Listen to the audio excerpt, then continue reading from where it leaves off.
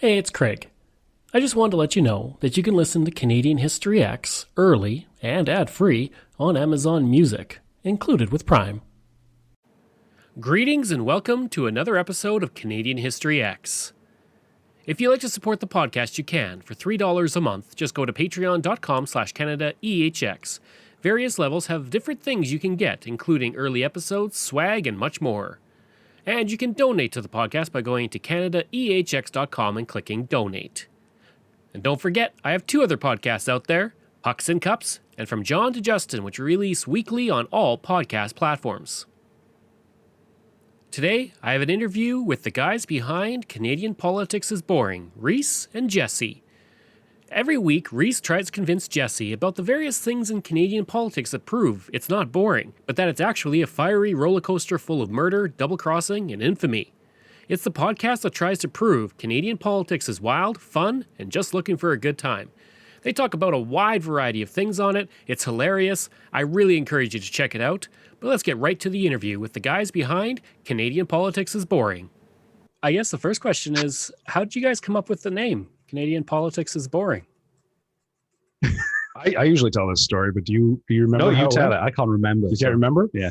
Rhys has been coming to me for years wanting to start a podcast with me, and I've loved all of his ideas and have always immediately said, yes, let's do it. And he always turned out to be too busy to actually pursue it after he would suggest it to me.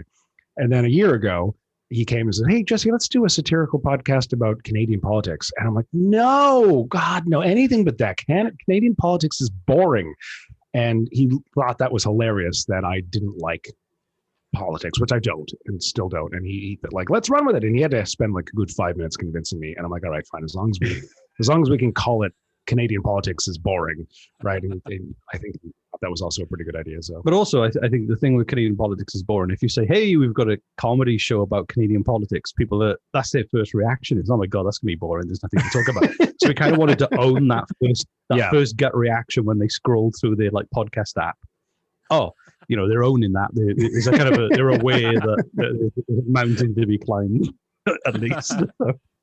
I guess kind of maybe the odd thing is that that you're from Wales, but you're the one telling him that Canadian politics isn't boring and kind of teaching about Canadian politics and history. So how did that kind of all come about? Well, Jesse is probably the most. He's kind of the iconic apathetic Canadian. easily. Yeah. So, and I moved from the UK and was kind of a Brexit exile to a certain extent, and was still living in Canada and glued to British political news.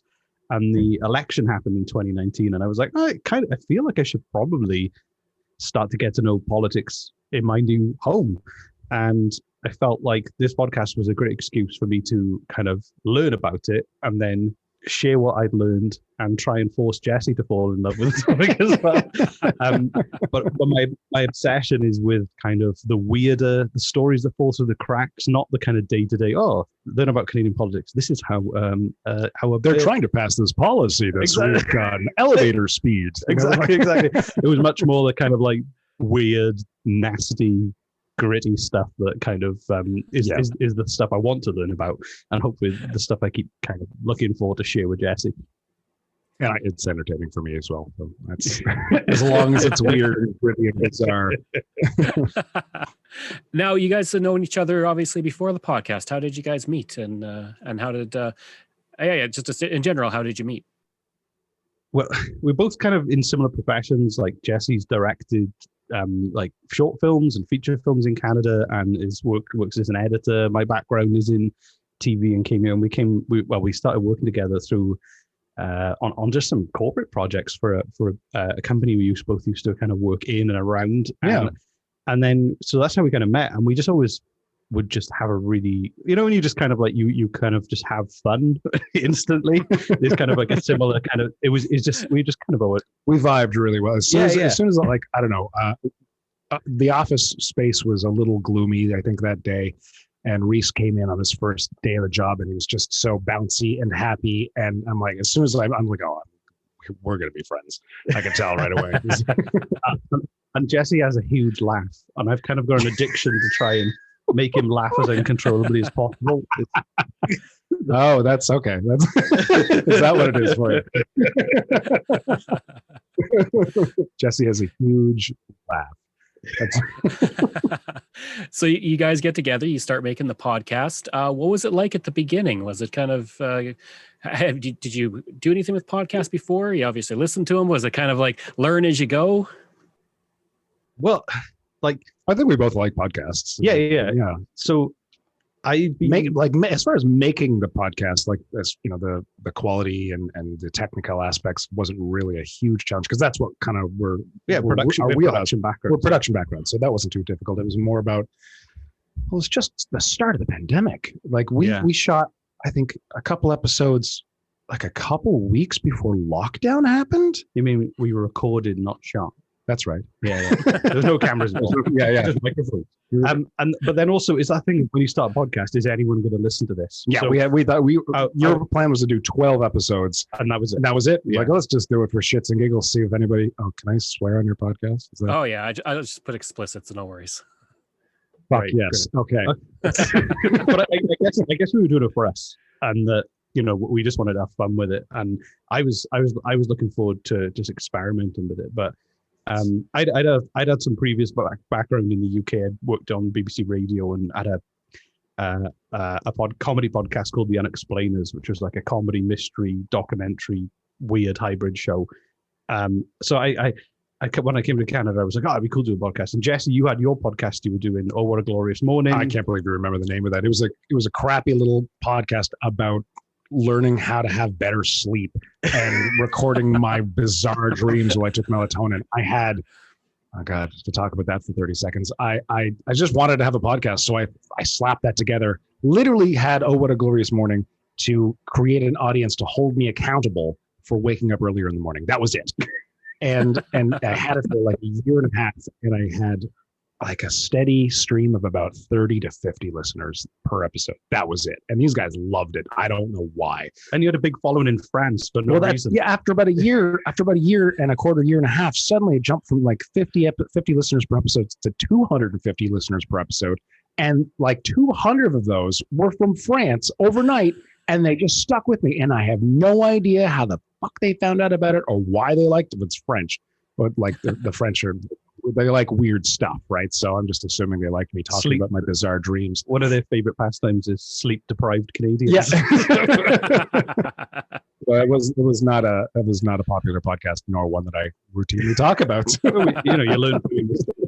Yeah, I've been on the radio like for the past decade. I've been on the radio just for shits and giggles, not as a paid gig. And both of my parents were professionals on the radio as well, so it kind of runs my blood to be stuck in front of a microphone, I guess. That's about all I have to say about that. Is it generally easy for you guys to record episodes? You got a good chemistry, you have a good time with it. So is it pretty easy to kind of to put these together? Yeah, I think our biggest challenge is staying on track. Easily the biggest challenge. And you kind of have that mission creep with podcasting where, we're trying to have the ideal length of our podcast episodes initially was like 15 minutes, and then they've grown to take 15 to 20 minutes. And then we actually when we first started, we had a number of people like really enjoying it and saying that they wanted it to be longer. So the fact that our episodes are now 20 to 25 minutes, I think it's a pretty good length. And I think it's just making sure that we're kind of, we try and stick to that formula. I think I quite like it being quite tight in that sense, and that. We try and stay on track. So we usually now it's time for small talk. End small talk. Just we don't ramble on about the time I washed my dog. So I love hearing about you washing. How do you choose your episodes? You've got things like the Pig War. You've got, Tommy Prince. You've got that great story about the Prime Minister of Newfoundland who got ran out of his literally out of office by people. How do you choose which? How do you choose? And this is fun for me. I don't know how we're about to learn. I have no idea. I come into every single episode not knowing a single thing that he's about to teach. Well, like it's not scripted for me or him. Well, I mean, he's got show notes, but like. I genuinely am surprised every single episode. It's quite nice. So I don't know Rhys's process.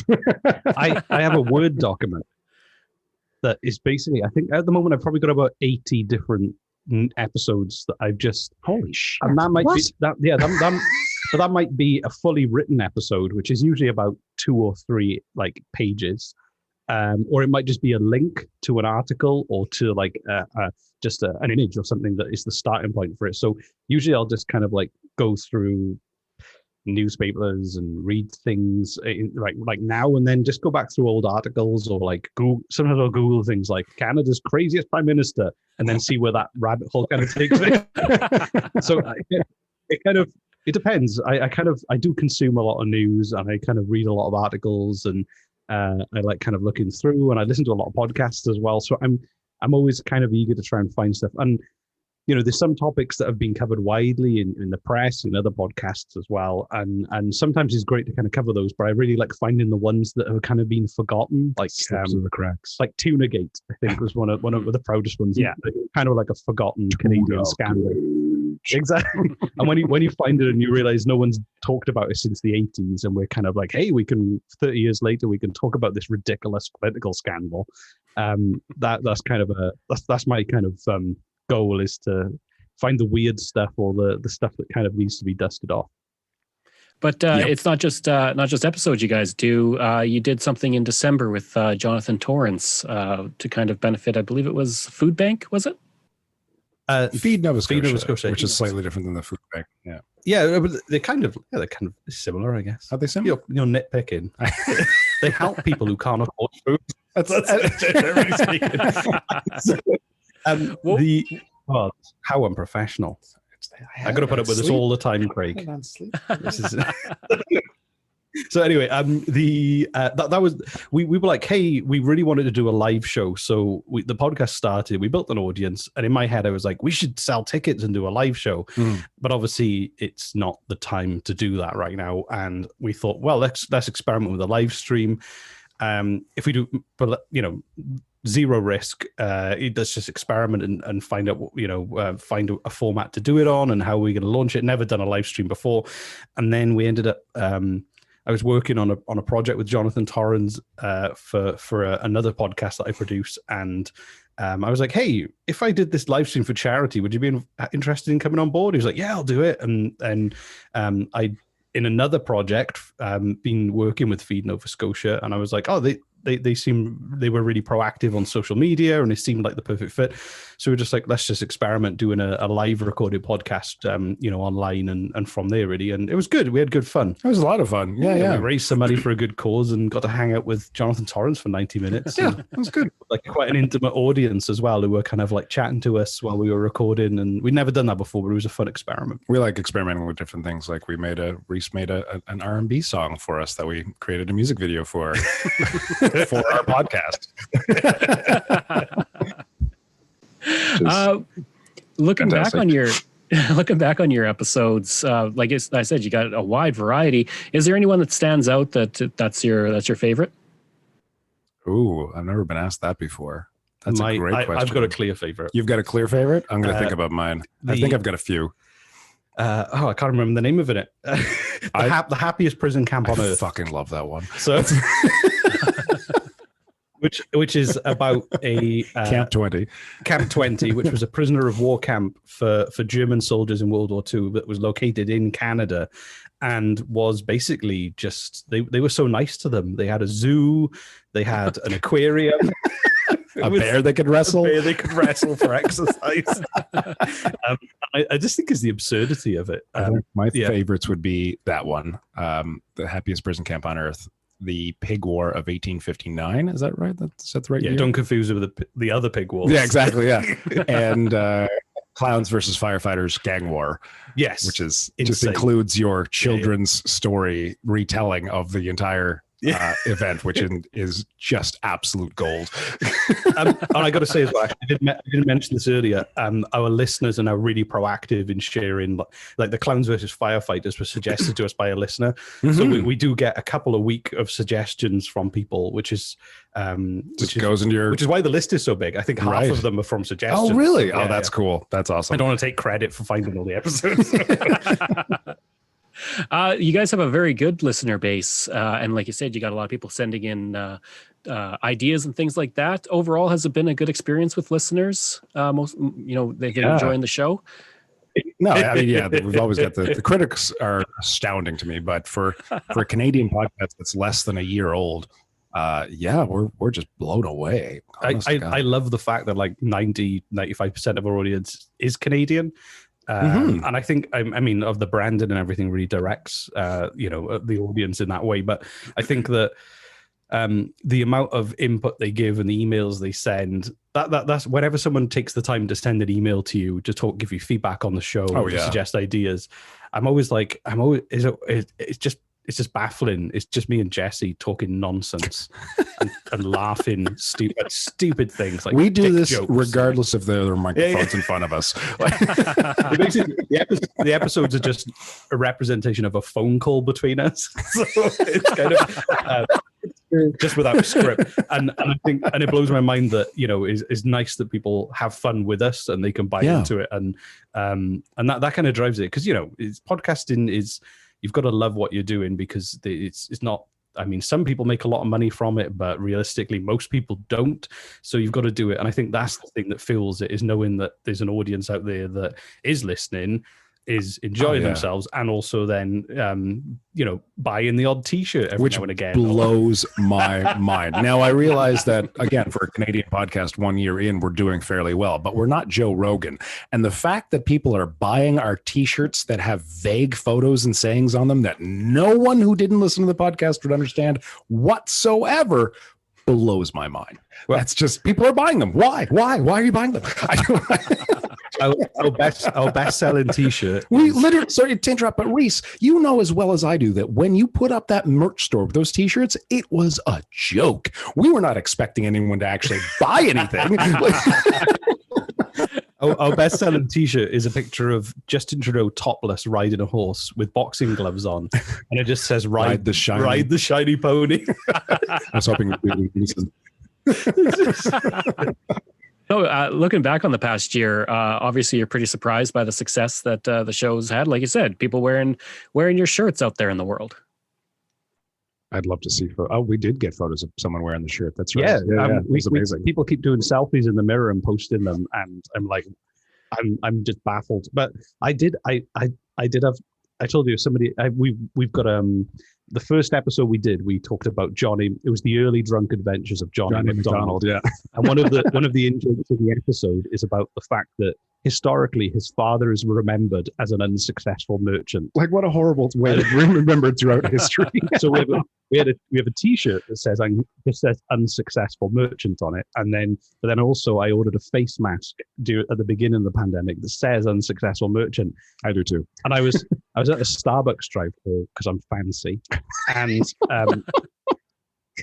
I'm not. Were you wearing your fancy clothes? I was wearing a top hat, white gloves on. Pipe. Large caramel macchiato, please. Family and their son in the back seat. Exactly. Driving reading the Bible, top down on the rolls. So we went and they recognized the mask. They recognized the slogan, but I had the mask on. And I was like, "Oh, cool, thank you." And my wife was like, "Why didn't you say that you're from the podcast?" And I was like, "I don't want to be the person who kind of goes, 'Oh yes, and I'm on the show,' or whatever." I just felt embarrassed. It was like, just pull the mask down as some kind of grand reveal, like, "And it's me," even though they know my voice. It didn't make any sense.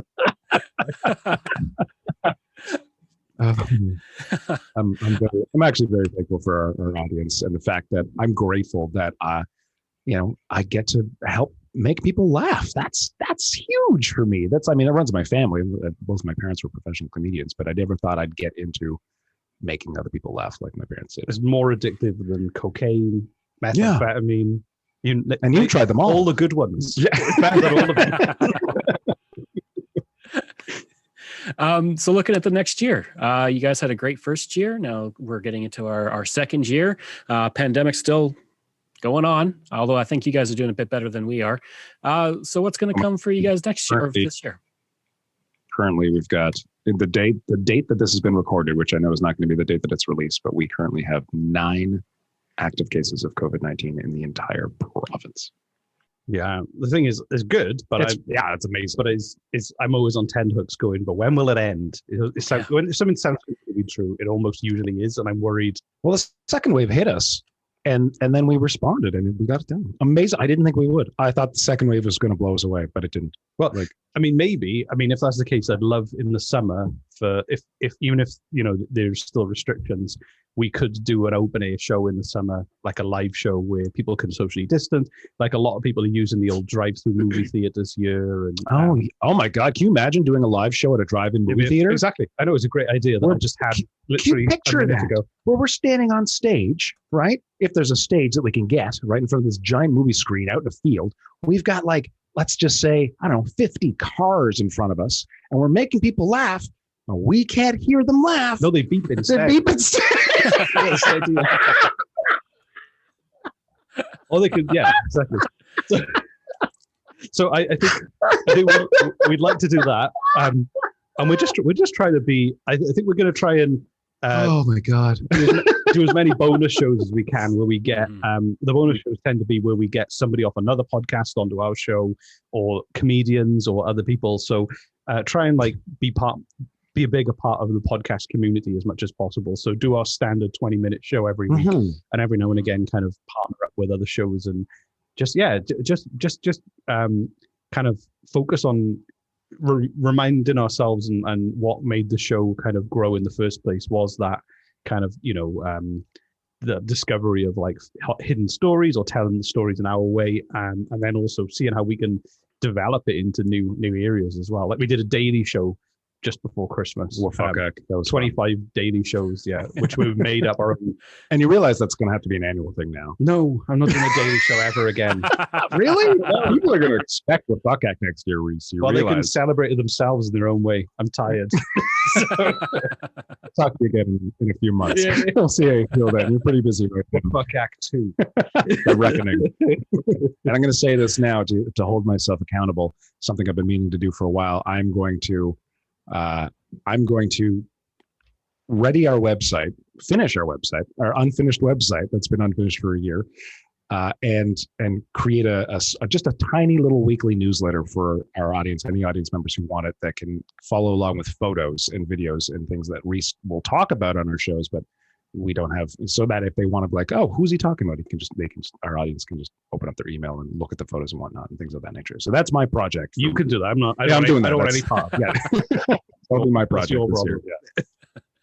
Yeah. In regards to the podcast community, when podcasts first came about, if you wanted to listen to history, it was hardcore history or Roman history, and there was no real Canadian history. But now, there are many wonderful, fantastic Canadian history podcasts. Do you think that this will kind of help a lot of people learn more about our country that probably would have never even thought of learning about certain events, especially on your show where it's a very fun, laughing atmosphere where you're learning, but you're having a good time? Yeah, I think the good thing is there's so many different ways that people can. There's a huge range, of styles of how people are covering topics. There's scripted. There's very kind of there's people doing dramatic reconstructions. I think the amazing thing is there's now a huge amount of choice of how you can learn about it, which is great. But also there's almost like an enthusiasm, a grassroots enthusiasm for people to dig into those stories, uncover them, tell them. So I think it's kind of I think podcasting is really helping a renaissance of interest in society and culture and history, and also giving a platform to parts of society that don't normally get platforms or traditionally haven't had the ability to share in a way that is accessible to a wider public. That's very interesting. Thank you. Yeah, no, I mean, you're right. I've been interested. I find it fascinating when people come to us to be educated. I mean, we're a comedy show, right? That's coincidentally, since you asked about people educating themselves with our podcast, my friend Ian McLennan in Scotland has a girlfriend now, and I'm going to mispronounce her name. Congratulations, Ian, on your girlfriend. Yeah, I can't pronounce her name. Maybe you can. It's got a little weird thing over her eye. It's right. That's called her eyebrow. That's right. It's like an eyebrow. Eyebrow over Ingrida. Ingridia. Oh God. Ingrida. Is it Sorry, Ingrid, if that's not your name. Ingrid? Ingrida. I don't know. And anyway, Ian has been, I'm going to say, forcing her to listen to our podcast because they're planning on moving to Canada, and he wants her to learn about Canada before she moves here. Through our podcast. Through our podcast is what he told me just the other day. So he's a terrible boyfriend. It won't last. Yeah. Don't. If you are interested in Canadian history and you want a really well researched, educated perspective on Canada, go to the library. Don't listen or listen to your show, Craig, or the show of other people who I guess we do try and run with stuff, but we try not, obviously we're not trying to create fake stories or anything, but we just try and be playful with it. And I think as long as people walk away and there's like one nugget of interest, or they walk away with a handful of interesting facts, or maybe they understand an issue in a slightly different way, or it inspires them to go and do some research on their own. Exactly. The main thing is they just have fun while learning about the topic. It might just be the hook for them to delve into it in themselves and find it from academic or people who've taken the time to do serious work on it. And we've had reviews, angry reviews, saying that they wish we would educate them more and talk to each other less. Like, I'm thinking, who is coming to these podcasts to like do serious research? If we get quoted in somebody's like thesis or something, it's not gonna be. We were quoted in a Scotland newsletter. No, it was the magazine. It was the Times. It was the Times. The Times newspaper. No. The Scottish branch reported on a Canadian podcast that was slandering John A. Macdonald's Scottish hero. That was us. Yay! Free publicity. Yeah. You take what you can get. Yeah, exactly. Yeah. Jesse, do you still consider Canadian politics to be boring? No, I don't. I mean, I won. You did win. In less than a year. In less than a year. Yeah. I'll say the day-to-day politics of Canadian politics and just politics in general, the day-to-day politics, yes, they're boring, of course. But Rhys proved to me that not all politics are boring, and like, because Rhys likes and he enjoys finding and digging and pulling out the weird, bizarre, and truly surreal aspects of Canadian politics and history. I have a grand time on the show, just learning about all this weird stuff. The danger is when we run out of things, what are we going to do next? I was worried when you told me you had like this huge document with like 80 shows ready to go. I'm like, oh, we're fine. It's only a year and a half of work content. Looking at that document and going ahead, Rhys, is there a particular event or person that you're really kind of looking forward to featuring on the show? Justin Trudeau. We'd love to get Justin on. We'd love to get Justin on for a blood test just to finally prove that Fidel Castro isn't his. Right. That'd be the I'm sure that'd be easy to arrange. That'd be totally fine. Actually, there's one episode coming out that I'm really excited about, and that's we've recorded it and is ready to go. And it's called Fake Wolfgate. Oh my God! Right. And it was a story that happened the end of last year. And it's about the Canadian military experimenting on Canadians in terms of how they can influence perception. And it's kind of like PSYOP stuff.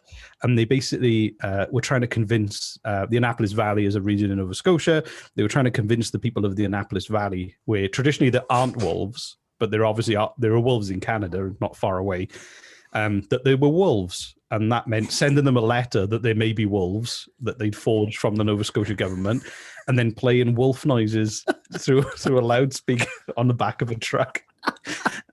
And I don't know but what we couldn't work out is for what end. Like, how do you measure that? It was to see whether they can manipulate people's beliefs. That's what I remember you told me. Yeah, but how do you measure it? How do you measure belief in wolves? Oh yeah, right. Yeah. Oh yeah, right. Because our argument was, if it was a mythical beast or something that shouldn't have leprechauns, been, like leprechauns, or turns out leprechauns are real. They're going to make some leprechaun noises in the truck now. A trail of Lucky Charms in my backyard. But I think his question was there was a specific person that we're looking forward to. Oh, no, sorry, just- specific. Or just like you said, like, upcoming episode that you're really looking forward to, or a specific person that you really want to feature that you haven't yet. I kind of think I'm trying to think. There's a bunch of prime ministers that I think I'm gonna have to start reading some books on their lives just to delve into a bit more. We haven't done a huge amount on the specific characters of prime ministers. I've started listening to your show actually, from John to Justin, and I think that like there's a bunch of stories and like Mackenzie King. I think we need to do we need to do like there's a more television series on Mackenzie there's King. so much more and sometimes I like feel a dramatic recreation of his.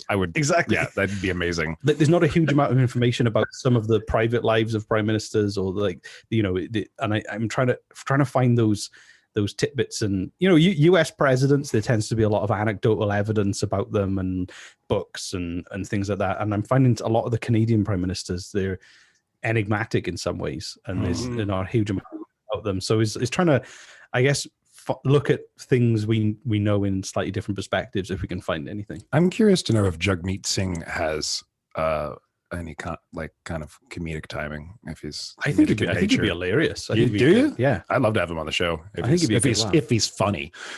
only if he's funny. Jugmeat's people just got in touch, Jesse, and they'd love to be on the show, but they did say he's not funny. It's like, no, I'm not interested. No, tell him we're busy. He didn't say what day. Tell him we're busy. Just pick a date and then tell him we're busy. Speaking of something like that, like having somebody on the show, you've had Jonathan Torrance. Who's somebody that you would just love to have on the show as a guest to talk with and learn about, or just to chill with? Just to chill with. I genuinely think Justin Trudeau would be hilarious. Oh, he'd be amazing. Oh my God. Well, because like he's got an entertaining background. He does. Background. He comes from drama, and I think that whether he was prime minister at the time or not, I think that he also has a very polished PR kind of image and everything, and because podcasting is more conversational, and because our show is slightly irreverent, we can talk about anything apart from politics with him, like we did with Mike Savage, the mayor of Halifax. You know what? You've got something going there. I think that's not a bad idea, Rhys. That would be hilarious, because anyone who interviews Justin Trudeau is always going to interview him about policy and trade and being prime minister. But if we had him on our show and all we did was just shoot the shit, just talk about bowling and the latest movie, right? Exactly. We could even start a new podcast, Shooting the Shit with Justin. Yeah, exactly. Or just like Baby Eating with Justin. What that is a running gag that QAnon conspiracy theorists think that Justin Trudeau is a baby eater, and we keep somehow weaving that into every episode. So.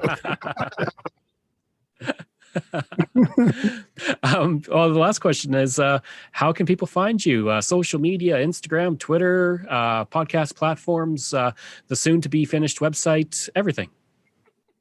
If you, like we're usually at Canadian Politics is Boring on, or no, actually we're not. Just go to CanadianPoliticsIsBoring.com, and that is a conduit to everything. Or if you just search Canadian Politics is Boring, everything comes up on Google. We need to remember these things. Not really. I like to remind people, if you've had an ex-boyfriend or an ex-girlfriend that you stalked for even a tiny amount of time, you've got the skills to find us. Okay? That's... Or drive down the highway and stick your head out the sunroof, put the car on like auto drive if you've got one, like a Tesla, and just shout Canadian Politics is Boring, and we'll find you. That's right. That's a really good advice. And drive safe. I hope you enjoyed that interview, and if you did, please leave a rating and review. If you like, you can email me at craig@canadaehx.com.